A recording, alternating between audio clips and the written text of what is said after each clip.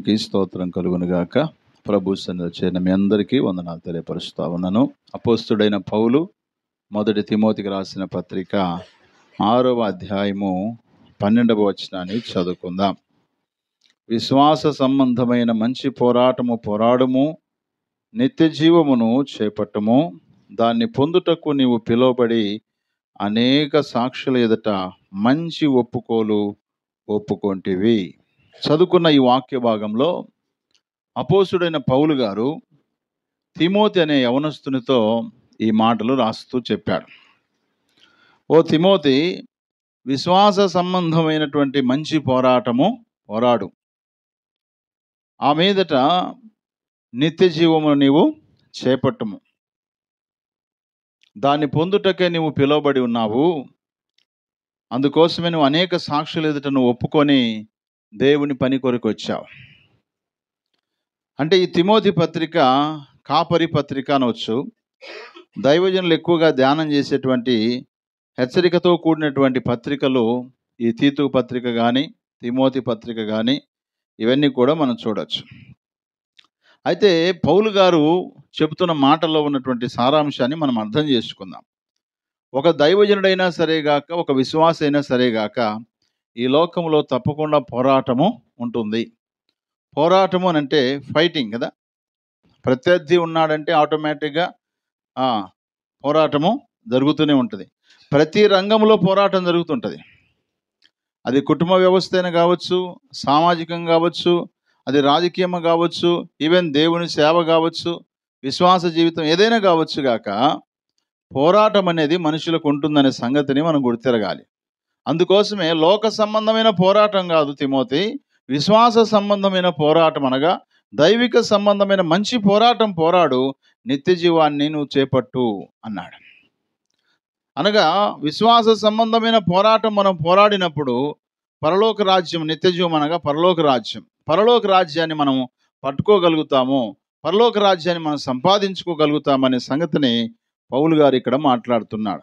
ఎందుకు తిమోతికి ఈ మాట చెప్పవలసి వచ్చింది అని అంటే, ఆయన గురించి ఒక మంచి సాక్ష్యము రాయబడింది. మొదటి తిమోతి పత్రిక 1వ అధ్యాయము 18వ వచనంలో, నా కుమారుడైన తిమోతి, నీవు విశ్వాసమును మంచి మనస్సాక్షి కలిగిన వాడవై నిన్ను గూర్చి ముందుగా చెప్పబడిన ప్రవచనముల చొప్పున ఈ మంచి పోరాటము పోరాడవలనని వాటిని బట్టి ఈ ఆజ్ఞ నీకు అప్పగించుచున్నాను అన్నాడు. అంటే కొంతమంది జీవితాల్లో మనస్సాక్షి లేకుండా జీవించేవారు చాలామంది ఉన్నారు. సేవలో కావచ్చు, వ్యక్తిగత జీవితంలో కావచ్చు, మనస్సాక్షి కూడా లేకుండా జీవించేవారు కూడా చాలామంది ఉన్నారు. కానీ తిమోతి, నీవు విశ్వాస సంబంధమైన మంచి పోరాటం పోరాడి నిత్య జీవాన్ని చేపట్టని ఎందుకు చెప్తున్నానంటే, నీ జీవితంలో నీవు విశ్వాసము మంచి మనస్సాక్షి నీవు కలిగి ఉన్నావు అన్నాడు. హల్లెలూయా. అంటే ఒక విశ్వాసి యొక్క జీవితంలో విశ్వాసముతో పాటు మంచి మనస్సాక్షి ఉండాలి. మంచి మనస్సాక్షి మన లోపల లేకపోతే ఆత్మ సంబంధమైన పోరాటం మనం పోరాడలేం. విశ్వాసం మనలో లేకపోతే విశ్వాస సంబంధమైనటువంటి పోరాటం మనం పోరాడలేం. తిమోతి మంచి మనస్సాక్షి కలిగిన వాడు, విశ్వాసం కలిగిన వాడు.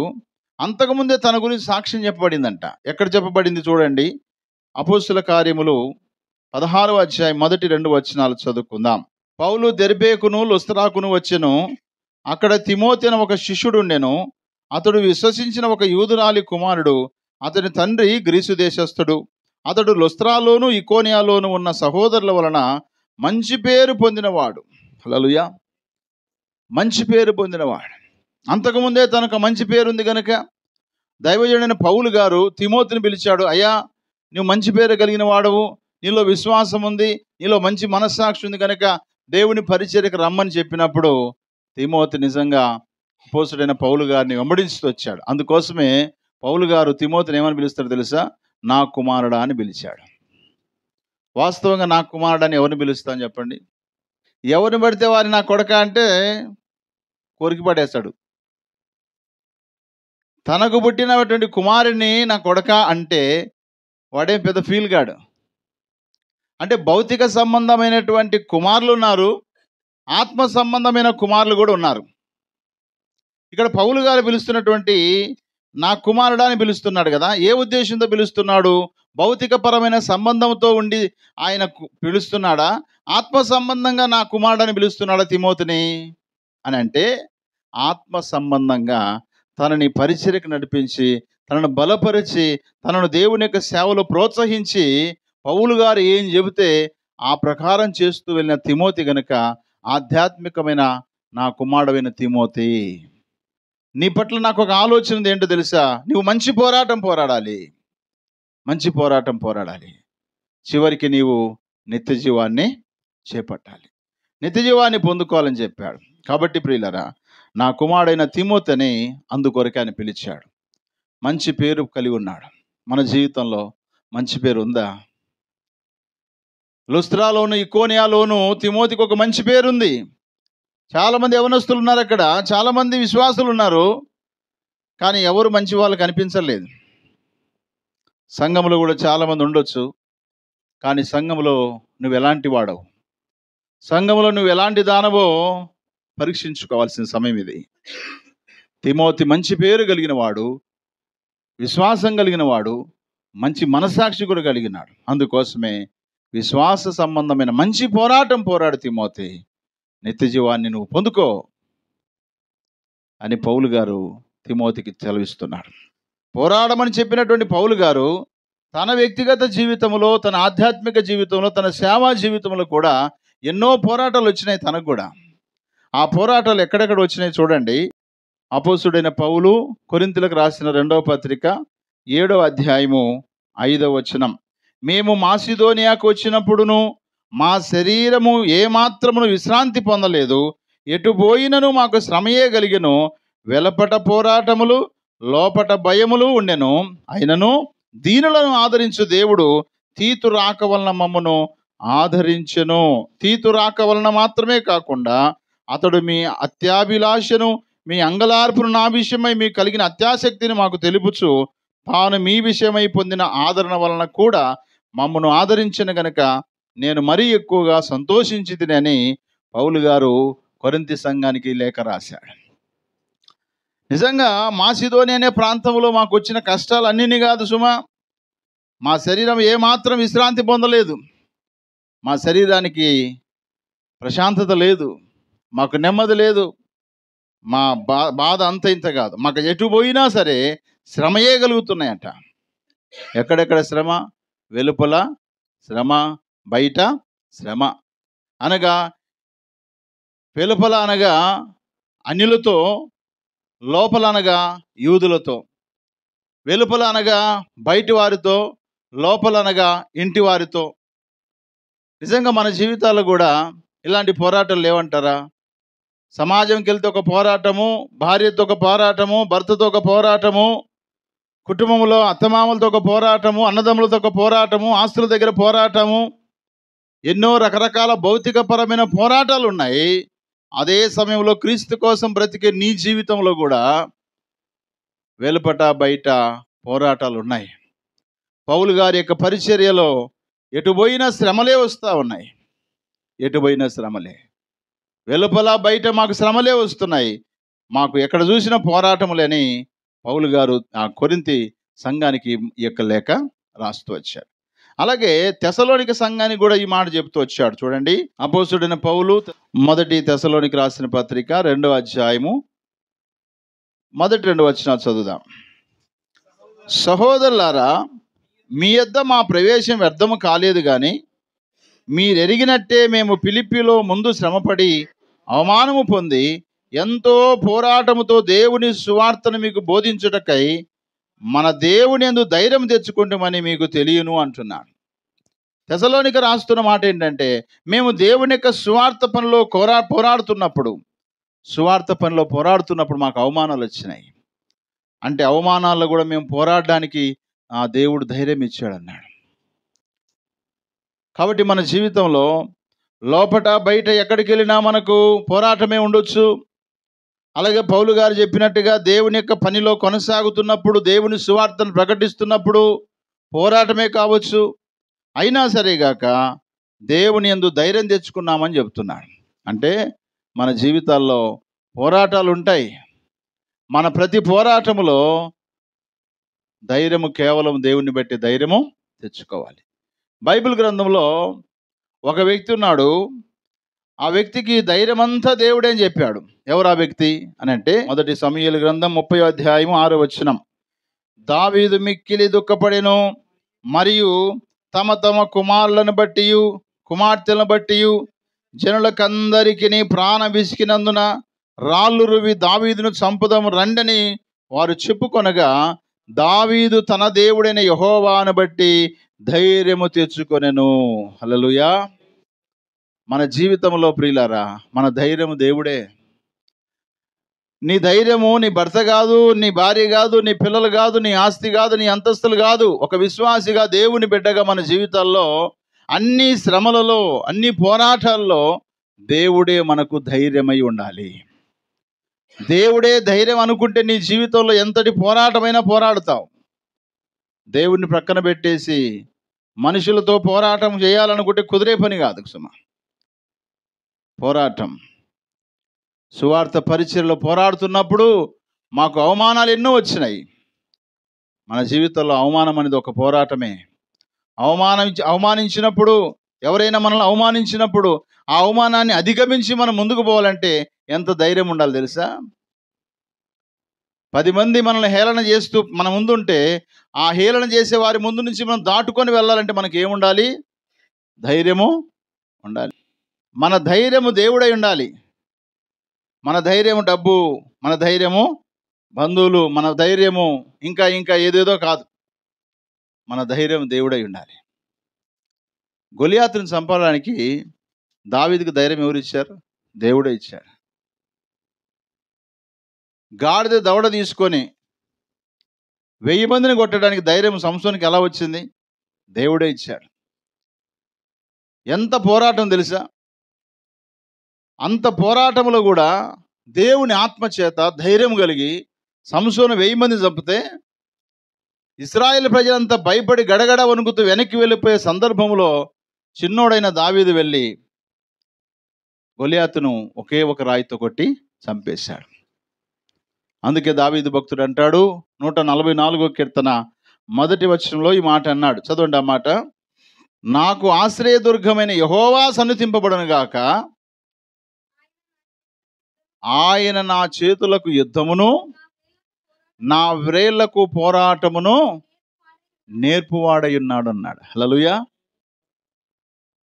నా చేతులకు యుద్ధము, నా వేళ్లకు ఏం నేర్పిస్తున్నాడు? ఆయన పోరాటము నేర్పిస్తున్నాడు. అందుకోసమే దావీదు భక్తుడు గొలియాతును చంపడానికి వెళ్ళినప్పుడు ఏం చేశాడు? పరిగెత్తుకుంటూ వెనక్కిపోయాడు. గొలియాతు పక్కపక్క నవ్వుతున్నాడు. ఇక దావీదు గాడు కూడా భయపడి వెనక్కి వెళ్ళిపోతున్నాడు. కానీ దావీదు ఎందుకు వెనక్కి వెళ్ళాడు తెలుసా? తన సైన్యం వైపు వెళ్ళి రాళ్ళు తీసుకున్నాడు. 5 రాళ్ళు తీసుకొని ఒకే ఒక రాయి చేత ఒడిసెలో పెట్టి గిర్రగిర్ర తిప్పి ఏం చేశాడు? కొట్టాడు. దగ్గరున్న వ్యక్తిని కొట్టడం చాలా కష్టం. మీరు గమనించారో లేదో, గోళీలు ఆట ఆడేటప్పుడు ఒక రౌండ్గా ఒక గీత గీస్తారు. ఇక్కడ ఒక గీత గీస్తారు. ఇక్కడ నిలబడి గోళీలన్నీ అట్లా వేసేస్తాం. వేసి ఏది కొట్టమంటే దాన్నే కొట్టాలి. మనం ఏమనుకుంటాం? దూరం ఉన్నది ఏం కొట్టడానికి ఇట్లా తీసుకుంటాం, దగ్గర ఉన్నదైతే ఇట్లా కొడతాం. అవునా? ఇట్లా కొట్టినప్పుడు తగలదు అసలు. అది దూరంగా ఉన్నప్పుడు కొడితేనే తగులుతుంది. చాలాసార్లు మిస్ అయింది కదా, మిస్ అయిపోతాయి. అందుకే దావీదు భక్తుడు ఈ సూత్రాన్ని పాటించాడు. దగ్గర నుంచి కొడితే వానికి దెబ్బ తగలదు కాబట్టి దూరం వెళ్ళి ఏం చేయాలి? ఒడిసెను గెరగెర తిప్పి విసరాలనుకున్నాడు. అందుకే నా చేతులకు యుద్ధము, నా వ్రేళ్లకు ఆయన నాకు పోరాటము నేర్పిస్తాడు.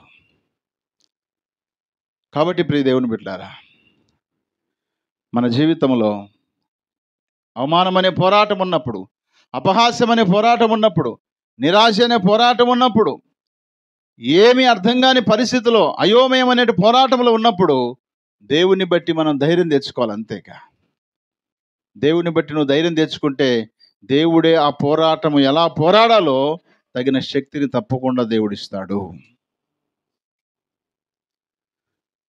అయిపోయింది నా జీవితం, నేనేదో బతుకుదాం అనుకున్న 10 ఏళ్ళు, ఇంతటితో నా జీవితం అయిపోద్ది. కొంతమంది జ్వరం వస్తే ఏం చేస్తా తెలుసా? ఇంక ఈ జ్వరంలో చచ్చిపోతాను నేను. దేంట్లో? తలనొప్పి వస్తే ఈ తలనొప్పితో చచ్చిపోతా, కడుపు నొప్పి వస్తే కడుపు నొప్పితో చచ్చిపోతా. అసలు కొంచెం పోరాడదామనే ఆలోచన ఉండదు. దేవుడు గుర్తురాడు, దయ్యం గుర్తురాదు. గుర్తొచ్చేది ఒకటే, ఏంటి? సావు. సావే గుర్తొస్తుంటే నేను చచ్చిపోతా, నేను చచ్చిపోతా. చచ్చిపోయేంత పరిస్థితులు రావచ్చు, కానీ ఒక దేవుని బిడ్డగా దేవుని బట్టి మనం ధైర్యం తెచ్చుకుంటే ఆ బలహీనత అనేటువంటి పోరాటంలో విజయాన్ని దేవుడిస్తాడు. హల్లెలూయా. ఒకవేళ దావీదు భక్తుడు పోరాడకుండా, పోటీ పడకుండా, ఒకవేళ వెనక్కి అలాగే వెళ్ళిపోయి సైన్యములు కలిసిపోయి ఉంటే ఖచ్చితంగా దావీదు ఎప్పుడో చచ్చిపోయేవాడు, తెలుసా? నా వ్యక్తిగత జీవితంలో నాకు జరిగిన ఆపరేషన్ అన్ని పోరాటమే. నాకు ఒకదాని వెనకాల ఒక ఆపరేషన్సే. కానీ బాగా ఎక్కువగా ఇబ్బంది పడిన ఆపరేషను కడుపు నొప్పి, తర్వాత కరోనా. భయంకరమైన పరిస్థితి అది. అంటే నేను మెలకువలో ఉండి చూస్తున్న బాధ అది. మిగతా ఆపరేషన్లకి అనస్థీసియా మత్తు ఇంజెక్షన్లు వేసి నాకు అంతగా అనిపించలేదు, తర్వాత తెలిసిందని బాధ. కానీ కడుపు నొప్పితో నిజంగా ఎమ్మిగనూరులో చాలా హాస్పిటల్ తిప్పారు, నైట్. కర్నూలులో తిప్పారు. చాలా వేదన అది. కానీ పోరాటం అంతే. శోధన అనేది ఒక పోరాటం, అనారోగ్యం అనేది ఒక పోరాటం, అవమానం అనేది ఒక పోరాటం, నిందలు అనేది ఒక పోరాటం, ఏమి లేని పరిస్థితి ఒక పోరాటం. అన్నీ ఉన్నప్పుడు కొంతమంది దేవుని కోసం బ్రతుకుతాం, నా మట్టుకైతే బ్రతుకుట క్రీస్తే చావైతే మేలనుకుంటా. పాట పాడినంత ఈజీ కాదు సుమా. ఆ పరిస్థితుల్లోకి వచ్చినప్పుడు, ఆ పందెంలో నిలబడినప్పుడు, ఆ పోరాటం పోరాడే వీరుడు ప్రాణమైన పెడతాడు, లేకపోతే జయమైనా పొందుకుంటాడు. ఈ రెండే తను చేయవలసింది. చేతనైనంత వరకు పోరాటం చేసి విజయం పొందుకోవాలని చూస్తాడు. ఇంకా ఏమి చేతగాని పరిస్థితుల్లో వీర మరణం పొందుతాడు. అందుకే అమరవీరుడు అని అంటారు. కాబట్టి ప్రియ దేవుని బిడ్డలారా, పౌలు గారి యొక్క జీవితంలో వెలుపల పోరాటాలే, లోపల కూడా పోరాటాలే. అలాగే అవమానాల్లో కూడా ఆయన ధైర్యంగా పోరాటానికి దేవుని బట్టి ధైర్యం తెచ్చుకొని ముందు కొనసాగుతూ వచ్చాడు. అలాగే పౌలు గారు మరొక మాట చెప్పారు. ఫిలిప్పీలకు రాసిన పత్రిక 1వ అధ్యాయము 29-30 వచనాలు. ఏలయనగా మీరు నా యందు చూసినట్టు, నా యందున్నది మీరు ఇప్పుడు వినుచున్నట్టు పోరాటము మీకు కలిగి ఉన్నందున క్రీస్తు యేసునందు విశ్వాసం ఉంచడం మాత్రమే కాక ఆయన పక్షమున శ్రమపడుటయు ఆయన పక్షమున మీకు అనుగ్రహించబడెను అంటున్నాడు. అంటే ఫిలిప్పీల సంఘములో ఉన్నటువంటి వారికి కొంత పరిస్థితి బాగులేదు. దేవుని కోసం బ్రతుకుతున్నారు. శ్రమ వచ్చినప్పుడు ఒకవేళ ఎక్కడ వెళ్ళిపోతారో, శ్రమ వచ్చినప్పుడు ఎక్కడ వెనక్కి వెళ్ళిపోతారో, ఎక్కడ దేవుని దూరం అయిపోతారని ముందుగానే హెచ్చరిక చేస్తూ పౌలు గారు ఈ మాట చెప్పాడు. 27వ వచనం నుంచి మనం చదువుదాం. ఫిలిప్పీ పత్రిక 1వ అధ్యాయము 27-28 వచనాలు. నేను వచ్చి మిమ్మల్ని చూసినను రాకపోయినను మీరు ఏ విషయంలోనూ ఎదిరించు వారికి బెదరక అందరూ ఒక్క భావముతో సువార్త విశ్వాస పక్షమున పోరాడుచు ఏక మనసు గలవారై నిలిచి ఉన్నారని నేను మిమ్మల్ని గూర్చి వినులాగున మీరు క్రీస్తు సువార్తకు తగినట్లుగా ప్రవర్తించుడి. అట్లు మీరు బెదరకుండుట వారికి నాశనమును, మీకు రక్షణయు కలుగుటకు సూచన ఉన్నది. ఇది దేవుని వలన కలుగునదే అన్నాడు. అనగా బెదిరించే వారు చాలామంది ఉంటారు. ఎవరైనా బెదిరించేటప్పుడు కూడా పోరాటమే. కాబట్టి దేవుడు నమ్ముకున్నటువంటి ఫిలిప్పీలకు బెదిరించేవారు చాలామంది ఉన్నారని, మిమ్మల్ని బెదిరించే బెదిరింపుల్లో కూడా అదొక పోరాటంగా మీరు తీసుకోనండి. క్రీస్తు యేసునందు విశ్వాసం ఉంచడమే కాదు, ఆయన పక్షమున మీరు శ్రమపడుట కూడా మీకు అనుగ్రహించబడింది. అనగా సువార్త విశ్వాస పక్షమున పోరాడండి. అనగా సర్వమానవాళి రక్షణ కొరకై ప్రభువైన యేసుక్రీస్తు ఈ లోకంలో జన్మించాడు. యేసుక్రీస్తు రక్తంలో ప్రతి పాపములు కడుగువేయబడతాయి. యేసుక్రీస్తు నమ్ముకునుట ద్వారా మారు మనసు రక్షణ బాప్తిసం పొందుట ద్వారా పరలోక రాజ్యానికి మార్గము యేసుక్రీస్తే అనేటువంటి సువార్త మీరు విన్నారు. యేసు ప్రభువు వారు చనిపోయారు, సమాధి చేయబడ్డారు, తిరిగి లేచి ఆయన పరలోకానికి ఆరోహణం అయిపోయి మరలా తిరిగి వస్తాడు. ఈ విషయాన్ని మీరు గట్టిగా పట్టుకొని ముందుకు పోతున్నప్పుడు కొంతమంది బెదిరిస్తారు.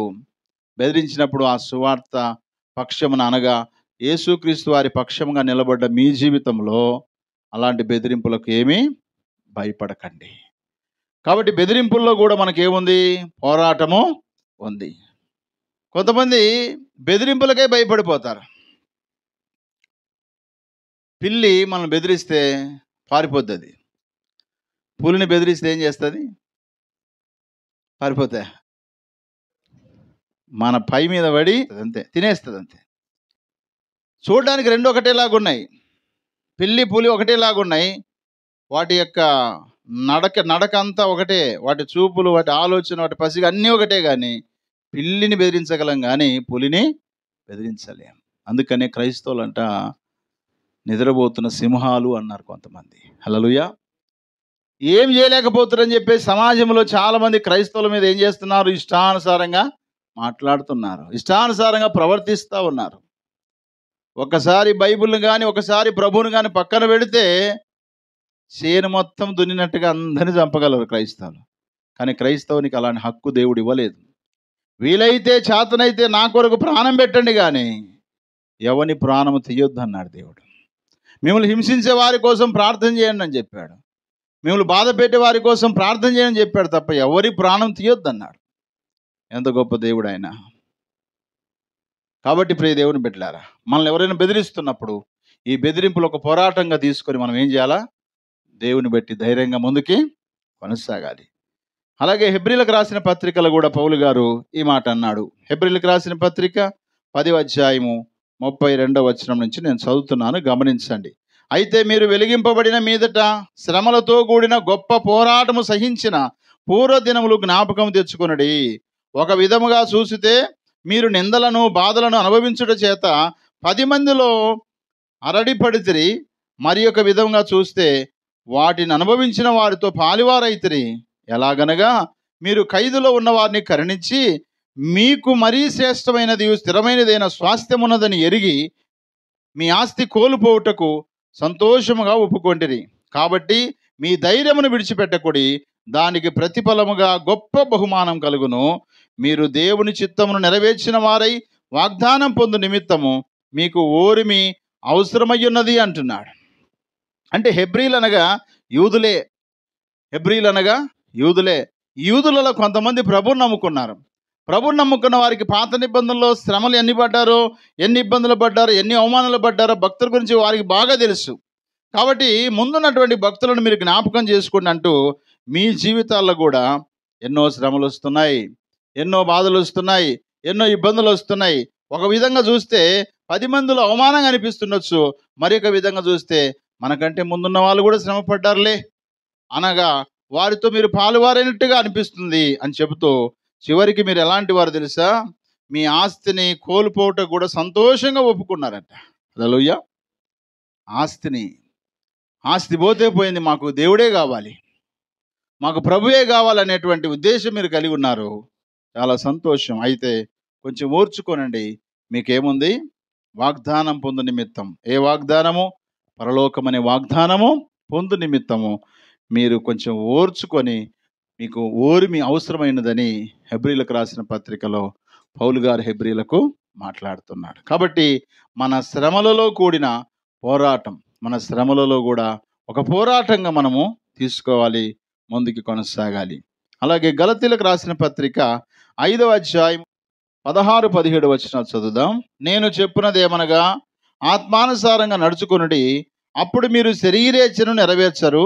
శరీరము ఆత్మకును, ఆత్మ శరీరమునకును విరోధంగా ఆపేక్షించును. ఇవి ఒకదానికొకటి వ్యతిరేకంగా ఉన్నవి గనక మీరేమి చేయ నిశ్చయింతురో వాటినే చేయకుందురు. మీరేమి చేయ నిశ్చయింతురో వాటిని చేయకుందురు అంటున్నాడు. అంటే విశ్వాస జీవితంలో శరీరం ఉంది, ఆత్మ కూడా ఉంది. కాబట్టి శరీరము ఆత్మకు ఎలా ఉంటుందంట? విరోధంగా ఉంటుంది. అంటే పోరాటం ఇది. అసలైన శత్రువు విశ్వాసికి ఎవరయ్య అంటే మన శరీరమే. మన లోపల ఆత్మ ఉంది. ఆత్మ చెప్పినట్టుగా వినదు శరీరం. కొన్నిసార్లు శరీరము తను చెప్పినట్టుగా మనం చేస్తూ ఉంటాం. బయట వచ్చే శ్రమలు వేరు, సంఘములో వచ్చిన శ్రమలు వేరు, వ్యక్తిగతంగా వచ్చే శ్రమలు వేరు, ఆర్థికపరమైన సమస్యలు వేరు, అనారోగ్యాల సమస్యలు వేరు, రకరకాల పోరాటాలు ఉంటాయి. అయితే నిజమైనటువంటి అసలైన పోరాటం ఎక్కడంటే మన శరీరంలో పోరాటం జరుగుతుంది. ఆత్మకి శరీరానికి విరోధంగా ఉన్నాయి కాబట్టి పోరాటం. ఎంతగా విరోధం అంటే ఒక మాటలో చెప్పాలంటే, దేవుడు సృష్టించినటువంటి జంతువుల్లో 2 ఉన్నాయి. చాలా విరోధం వాటికి. ముంగీస, పాము. ఈ బద్ధశత్రులివి. చేతనైతే పామును కొరికి కొరికి చంపేసి ముక్కలు ముక్కలు చేసి ముంగీస వెళ్ళి తనకు విషయము దాని బాడీకి ఏం కాకుండా ఒక చెట్టు ఉంటుంది. ఆ చెట్టు దగ్గరికి పోయి తన పండ్లతో ఆ చెట్టును కొరికితే దానికి ఏం విషయం ఎక్కదన్నట్టు. అంత బద్ధశత్రువులు వాళ్ళిద్దరు. ముంగీస కుటుంబాల్లో కూడా అత్త ముంగీస అయితే కోడలు పాము, లేదంటే అత్త పాము అయితే కోడలు ముంగీస. కొన్ని కుటుంబాల్లో మామ పాము అయితే అల్లుడు ముంగీస. కొన్ని కుటుంబాల్లో తల్లి పాము అయితే కుమారుడు ముంగీస అవుతాడు. కొన్ని కుటుంబాల తల్లి కూతురికే అదేదో అంటారు కదా, పచ్చిగడ్డ వేస్తే అసలు పచ్చిగడ్డి బగ్గుమంటదా?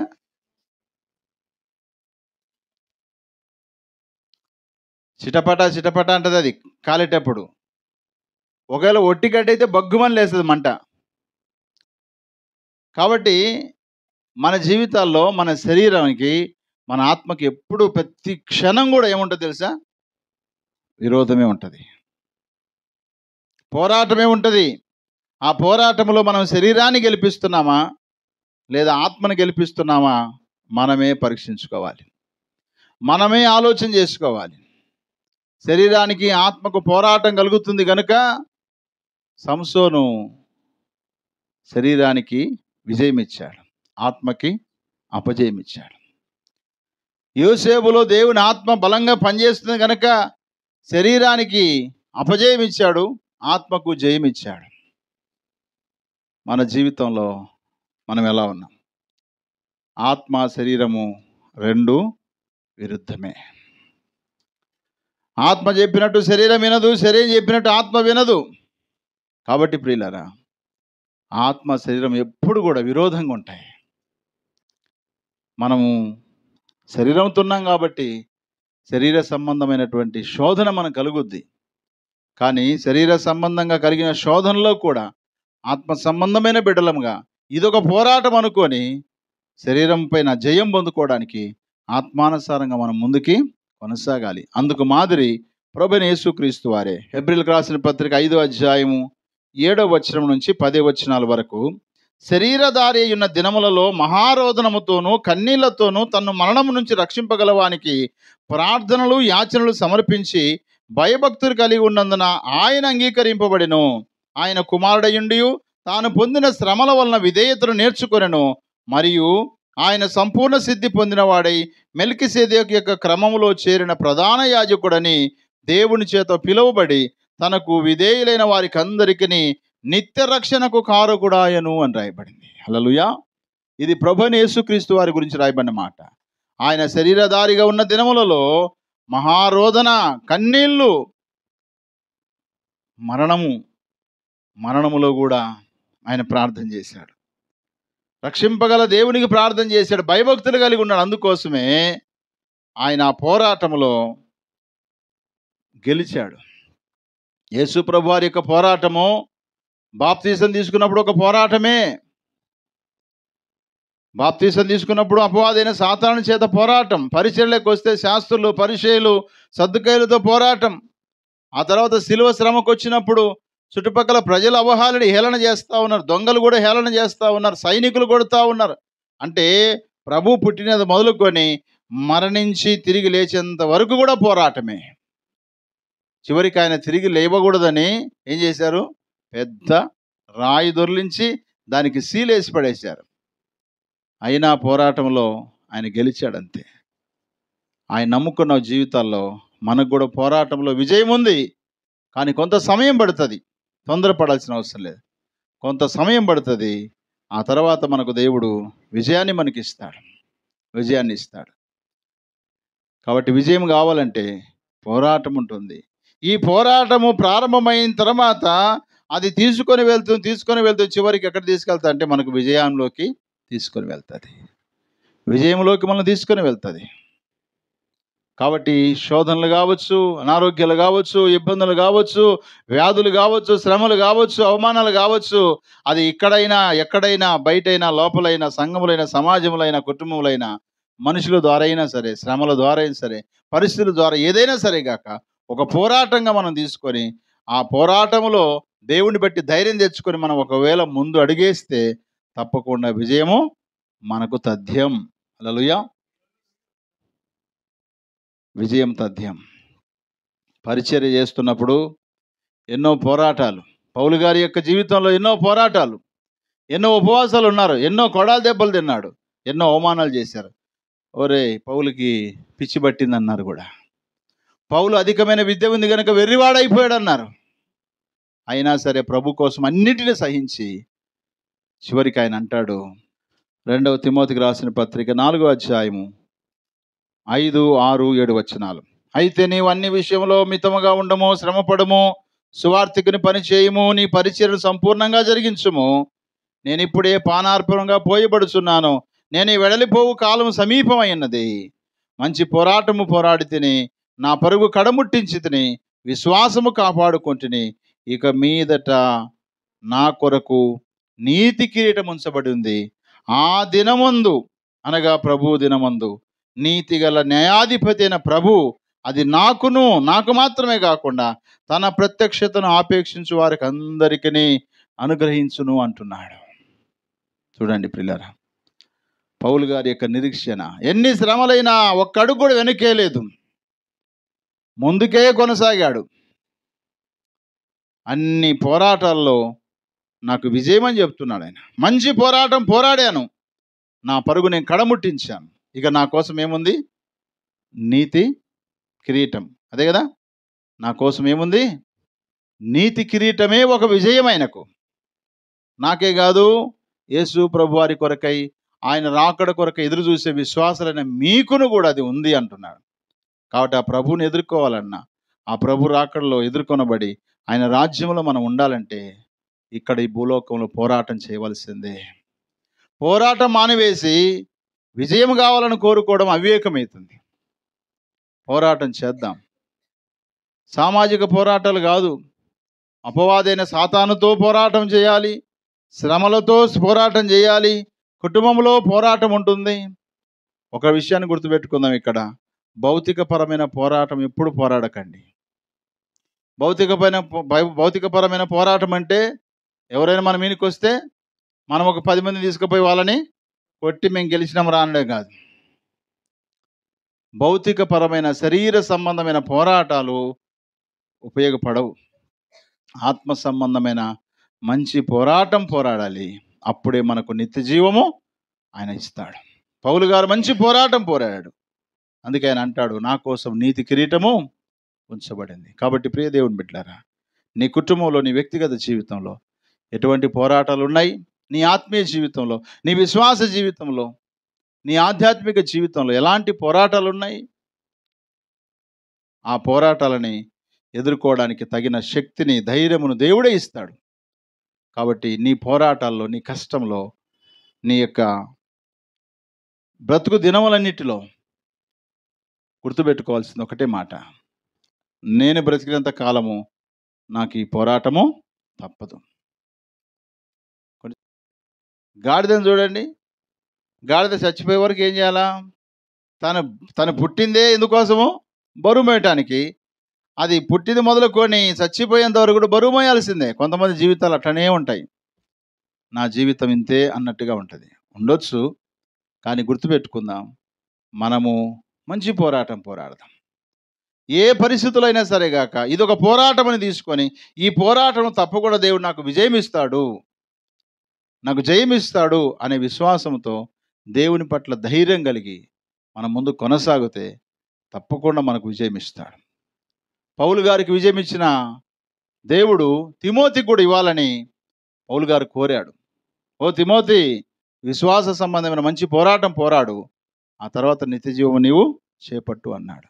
కాబట్టి మన జీవితంలో కూడా విశ్వాస సంబంధమైన పోరాటము, అది ఇంటా బయట ఎక్కడైనా సరేగాక, విశ్వాసంలో, శరీరపరమైన ప్రతి విషయంలో కూడా ఒక పోరాటంగా తీసుకొని వాటిని అధిగమించి దేవుని ద్వారా పొందుకునే పరలోక రాజ్యానికి మనం వారసులము అవుదాం. పరలోక రాజ్యాన్ని మనం చేపడదాం.